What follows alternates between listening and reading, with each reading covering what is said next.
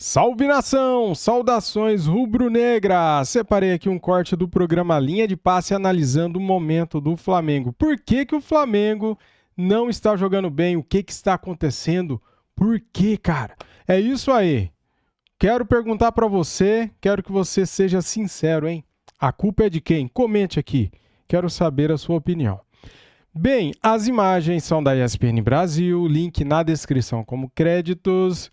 Deixa o like se quiser, se inscreva aqui no nosso canal e ative o sininho. Depois do corte, eu vou comentar aqui com vocês de quem eu acho que é a culpa, tá bom? Vamos lá, simbora. Só que, por outro lado, no ônus e bônus, perdeu algo que era muito valioso para esse time e para essa geração, para essa base do Flamengo, que era o jogo por dentro.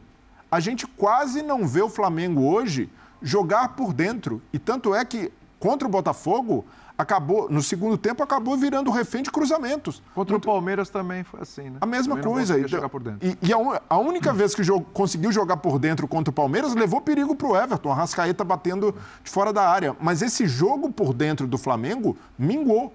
Então, desde a saída do Everton Ribeiro, essa formação diferente... O próprio Gabigol. Gabigol.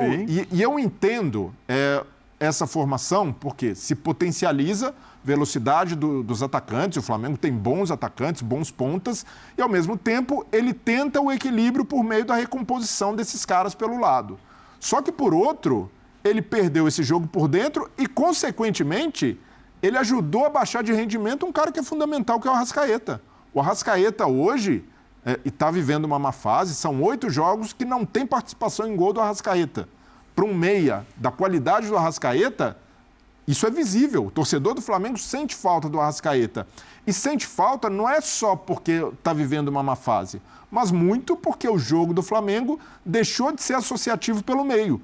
E o que se esperava do Flamengo com o Dela Cruz? Poxa, o Dela Cruz, companheiro do Arrascaeta na seleção uruguaia, os dois são amigos, têm afinidade.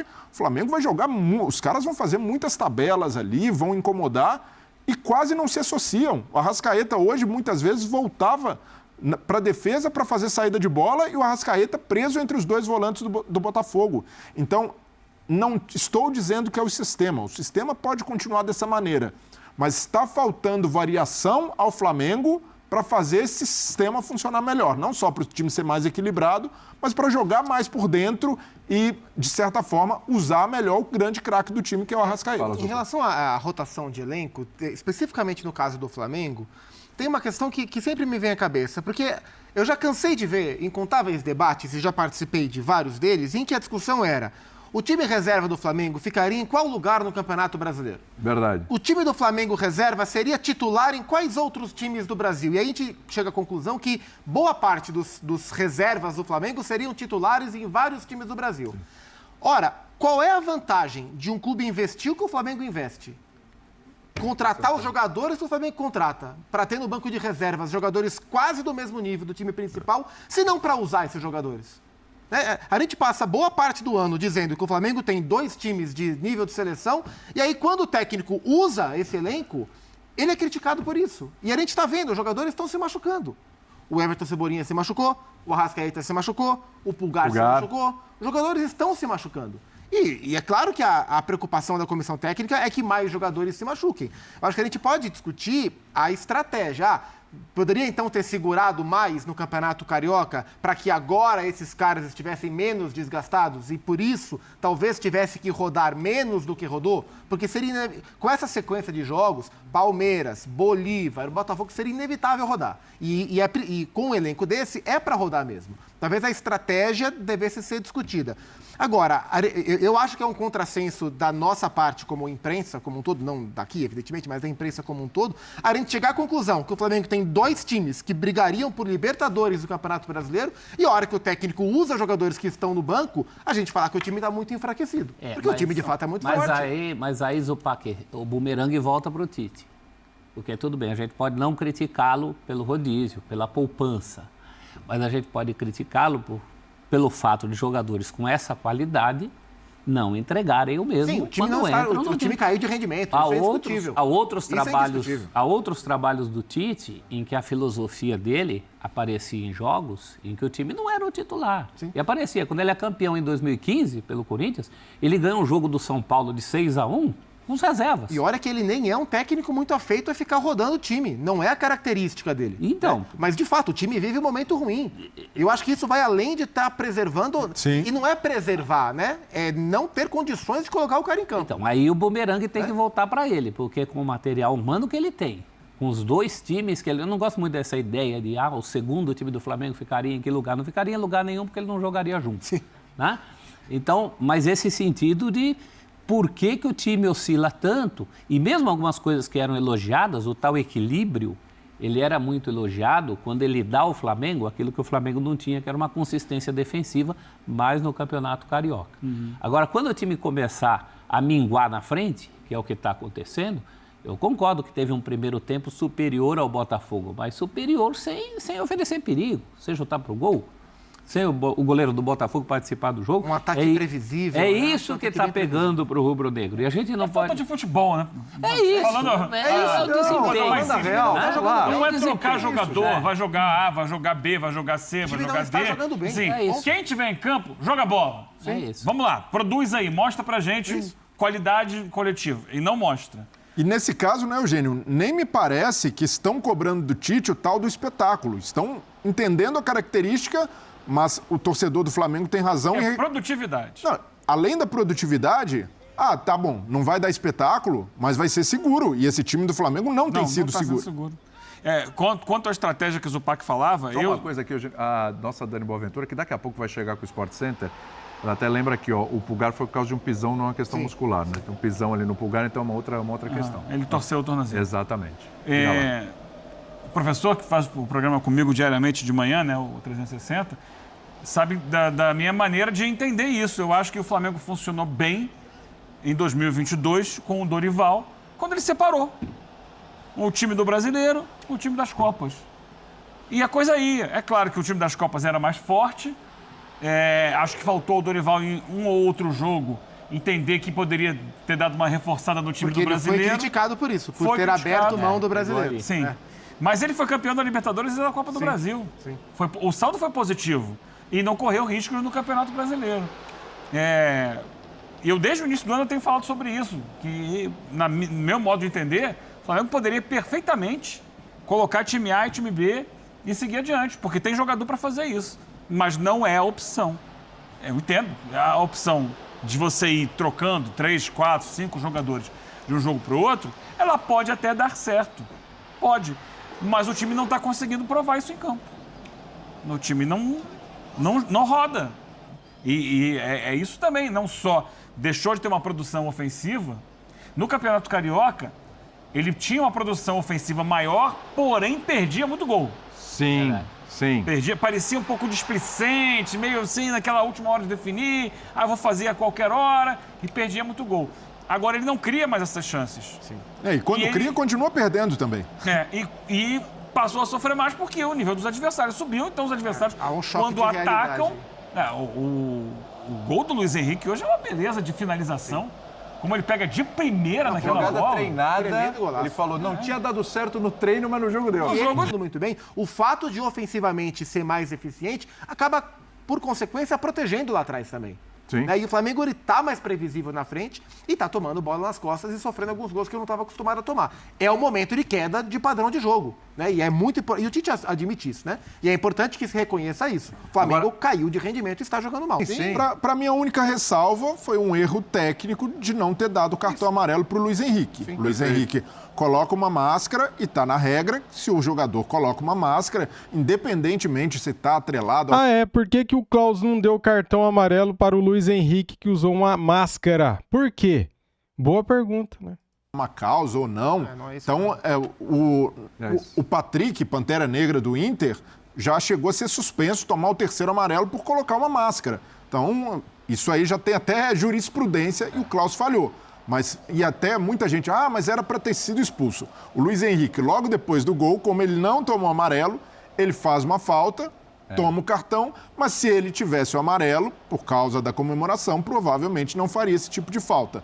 Mas, de fato, o Klaus falhou, teve um erro técnico, mas a arbitragem, como um todo, foi boa. Agora, só não é legal também, e o Bruno Henrique falou isso, né? Vamos mostrar o trecho? Eu já sei o tá que você aí? vai falar, temos o trecho. Que o Klaus... Vamos, o que o Klaus vamos mostrar o trecho Não aí, sei vamos se lá, falou, porque mas- a narrativa viciada, né? Vamos lá. Usou o argumento que ano passado a gente fez um gol igual que o Botafogo fez hoje. O jogador, não lembro quem foi, meio que empurrou o Tietê por trás e seguiu o lance. A gente não vê o ano passado, a gente quer saber de hoje. Aí depois dessas polêmicas do presidente do Botafogo, falou um monte de coisa, a gente não sabe o que pode acontecer. Aí, no jogo 1-0, um gol, na minha visão, foi irregular, acaba que atrapalha, né? Então ele usou esse argumento, não sei o porquê. Então, se o Botafogo falar de lá, então o Flamengo vai ter que começar a falar também, outras equipes também vai ter que falar, porque assim não pode ser desse jeito. Primeiro, Tá aí, era isso que você ia falar, né, Prof? primeiro que o árbitro não tem que justificar nada, não tem que argumentar nada. E recorrer a um episódio anterior, então, aí está se perdendo completamente, né? Ele perde a razão. Não sei se ele falou isso, é o Bruno Henrique está falando. Daqui a pouco ele aparece e diz que não falou. Na análise do áudio, ele é correto na interpretação, justifica o argumento que o Fabrício Bruno se jogou. Ele Exato. faz uma Ele análise acerta técnica muito mais do lance. ali fazendo aquela análise do que ainda mais com um jogador de futebol, né? Falando. Tem aquele caso do Daronco, lembra, com o Hulk? Sim. Também errou, quer dizer, ficar trazendo coisas de outros jogos. No momento em que o próprio Klaus, de uma certa maneira, está envolvido nesse barulho todo do texto, ele foi hoje árbitro dessa partida, a revelia do Botafogo. É bom lembrar que a claramente escala falou do que não Klaus queria saiu ele. antes do nome dele, né? Ser levantado ali Sim. como árbitro envolvido. O Botafogo pediu que ele fosse retirado do jogo. Exatamente, o que não poderia ter sido feito. Só para lembrar, né? Antes Agora, eu concordo, William, com uma parte que o Bruno Henrique coloca ali. A pressão sobre a arbitragem sempre existiu no futebol brasileiro. Né? Há muitos e muitos anos. Sim. Você sempre reclama hoje pensando no jogo de amanhã. Mas eu acho que o vulto que essa situação agora tomou, vai a Senado Federal, CPI, e não sei o quê, depoimento, convoca A, convoca B, convoca C, isso cria um ambiente no futebol brasileiro, numa população brasileira que já sempre levanta a suspeita de tudo, está sempre duvidando das pessoas, da intenção das pessoas. Quando você leva isso para um Congresso Nacional, senadores envolvidos, você dá vulto à reclamação, coloca num nível mais alto. Embora, mesmo que você não tenha comprovações, você tem lá um estudo que indica indícios, mas não tem prova de nada.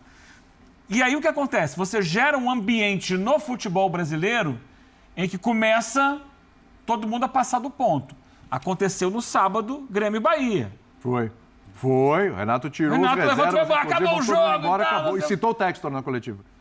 Claro, porque isso contamina o ambiente do futebol.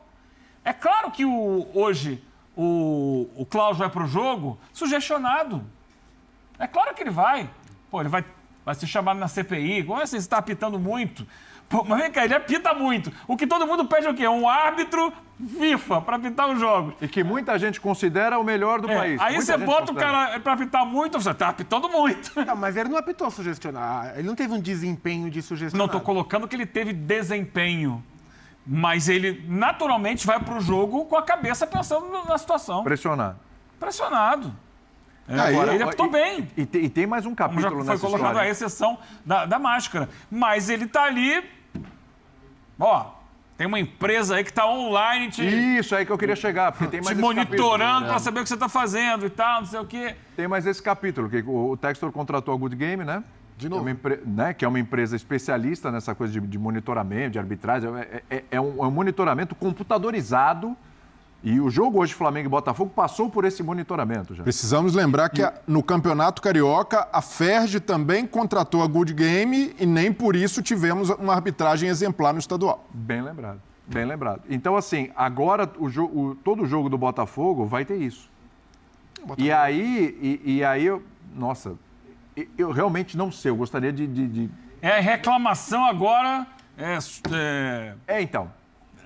Ganha aspectos tecnológicos. Exatamente. Reclamação por inteligência artificial. Eu realmente não sei se alguém sabe. A gente deveria ter algum tipo, nós como jornalistas, inclusive, a gente deveria ter a oportunidade de entrar em contato com todo esse processo, não sei se vocês já tiveram contato, para entender direitinho como é que funciona, da onde tiram determinadas conclusões, como a gente já viu. Não, eu entrei no site de dessa movimento, empresa de jogador, de tal. Eu entrei no site dessa empresa. Porque isso cria um clima... E fiz uma busca também para saber em que outros lugares do mundo ela teve essa projeção que ela está ganhando repentina. Eu confesso que até o início do ano eu não conhecia. Sim. Nunca tinha ouvido falar. É que está sendo... desculpa, Eugênio, mas está sendo vendida uma ideia de que o que a empresa levanta é pronto e acabado. A verdade, isso, ela quem revolve a acredita terra. nisso O que você vai fazer com as minhocas é outro Quem problema. acredita nisso entendeu? é o Botafogo. O Botafogo vende essa narrativa. O Botafogo, como instituição, claro, né? É que ele quer continuar acreditando na narrativa que ele implementou. Então, antes era um relatório, se a gente lembrar, antes do papo de Botafogo, ele é esse Textor, né? Como instituição. Ele é o dono, exato. Antes do papo sobre manipulação de resultado por parte dos atletas, era um relatório que, segundo o Botafogo, né, a sua figura principal, era um relatório consistente de que os erros de arbitragem haviam transformado o Campeonato Brasileiro. Evidentemente, esse relatório não colou, porque não tinha por que colar, e aí pulou para o relatório de manipulação de resultado por parte dos atletas. Então, de acordo com todo o material que o Botafogo acredita existir, ele está convencido de que os árbitros e os jogadores estão todos eles manipulando contra o Botafogo. Eu queria entender por quê. Mas assim, no futebol brasileiro, a história diz que já tivemos vários escândalos. Tudo bem. E aí a gente vai puxar o fio da história, tem muita coisa. É máfia da loteria esportiva, máfia do apito, escândalos recentes de apostas, escândalos de corrupção na CBF. Então, isso daí, o futebol brasileiro não é imaculado e qualquer pessoa que chegasse aqui e eu tenho uma pulga atrás da orelha em relação ao futebol brasileiro, alguém ia parar para escutar, porque nós temos um histórico que realmente incrimina o sistema como um todo. Agora, o que o Textor fez, e ele prestaria um grande serviço ao futebol brasileiro se ele dissesse: eu tenho um mecanismo novo, baseado em inteligência artificial, que detecta falhas de arbitragem, problemas no sistema, possíveis manipulações em jogos como um todo. E aí, sem colocar o fator clubístico à frente desse suposto interesse de moralizar o futebol brasileiro. Quando o Textor coloca os interesses do Botafogo em fazer um revisionismo sobre o campeonato do ano passado, qualquer credibilidade que pudesse ter essa tecnologia, ou os relatórios, ou as evidências que o Textor tem, cai por terra. Porque o que está falando pelo Textor é o interesse como dono do Botafogo e não o interesse como alguém que chegou para moralizar o futebol brasileiro. E esse é o grande ponto, porque pode ser que a CPI ou investigações complementares indiquem alguma possível manipulação, indiquem que, de fato, houve árbitros que se venderam e até agora as evidências não caminham para isso. Mas pode ser que alguma coisa seja comprovada. Só que a maneira como o Textor fez... é irresponsável. Não se torna correta. E aí não é invalidar possibilidade de haver qualquer esquema de arbitragem, de manipulação de apostas. Por exemplo, o Klaus. O Klaus que apitou o jogo de hoje. Muita gente já queria que o Klaus nem apitasse o jogo de hoje. E já tem gente imaginando, falando, o Klaus devia ser afastado enquanto não esclarecer isso. Pronto. Só que esse já vai afastar o árbitro... Sem nenhuma prova de nada. Sem nenhuma... nada. Mas pediram para paralisar campeonato. Para paralisar campeonato. Então começa um barulho muito grande em cima de coisas que ainda não são palpáveis. Sim. Vamos lá então, no começo do vídeo eu perguntei para você de quem é a culpa. Você já deve ter respondido aí nos comentários. Eu vou falar agora de quem é a culpa. Todos são culpados, começando pela diretoria do Flamengo, que aceita tudo que a CBF impõe, que assina os contratos. Eles não bate de frente com a CBF. Colocaram esse jogo às 11 horas e eles aceitaram. Será que o clube também não pode ter direito de voz? Será que o clube não pode ter uma voz ativa? Será que ele não pode recusar um horário? Não quero jogar nesse horário, coloca outro jogo. Por que tem que ser eu? Porque toda vez é o Flamengo que tem que jogar 11 horas da manhã. Você viu algum time jogando às 11 da manhã? O Flamengo foi o primeiro. Por quê? Não quero jogar esse horário, quero jogar às 4, quero jogar às 6 da tarde, às 18 horas. E ponto final, cara. Tinha que ser assim. É péssimo esse horário. Para os dois times é péssimo. Segundo culpado, os jogadores. Cara, o Flamengo finalizou 15 vezes. Se a pontaria estivesse boa, se estivesse treinando legal, cara, uma bola, 2 bolas dessa tinha que estar lá dentro, cara, do gol. Como que você finaliza 15 vezes e nenhuma bola vai no gol? O goleiro não defendeu nenhuma bola. Um absurdo isso. Então os jogadores são culpados. Por que o Fabrício Bruno se jogou no segundo gol do Botafogo? Por quê? Era só ele dar uma bica na bola para a lateral, lá para frente. O gol não teria saído. Uma falta de atenção, uma falta de inteligência, né? Por que o primeiro gol do Botafogo saiu? Uma jogada ensaiada. Jogada de escanteio, cara. O cara cruzou para o Luiz Henrique, que estava lá na meia-lua, né? Fora da grande área. E chutou de primeira e ninguém pôs o pé na frente. Ninguém rebateu. Falha defensiva do Flamengo. Terceiro culpado, o Tite também tem culpa, galera, porque é ele que escala o time. Por que ele poupou todo mundo contra o Bolívar? Ah, por causa da ciência. Você viu que o Arrascaeta e o Éric Pulgar saíram lesionados? O Arrascaeta foi um problema muscular. Já o Éric Pulgar levou um pisão no pé e saiu com o tornozelo torcido, no caso, né? Não é muscular. Foi um acidente de trabalho. Isso pode acontecer. O Tite também tem culpa porque é ele que escala, é ele que treina. Então esse time está mal treinado, ele precisa jogar melhor, precisa ter mais opções. Por que só alça a bola e cruza a bola? Por que não tem nenhuma jogada ensaiada? Por que os jogadores finalizam tão mal? Então o técnico também tem culpa, todo mundo tem culpa, cara. Não vamos aqui passar pano para ninguém, não. Tá todo mundo devendo. É isso aí. E temos que cobrar. E por que o Rafael Claus não deu cartão amarelo para o Luiz Henrique, que fez a comemoração do gol com a máscara no rosto? Por quê? Sendo que, por lei, sendo que existe uma regra que não pode usar máscara para comemorar nada. Por que ele não deu cartão? Passou o pano, né? Ficou com medinho do John Textor, né, Rafael Claus? Então ele também errou, cara. Se ele dá cartão ali, depois ele recebeu o cartão, ele seria expulso, né? Isso aí, cara, é uma bagunça. Campeonato brasileiro, futebol brasileiro, uma bagunça total. Saudações rubro-negras. Fui!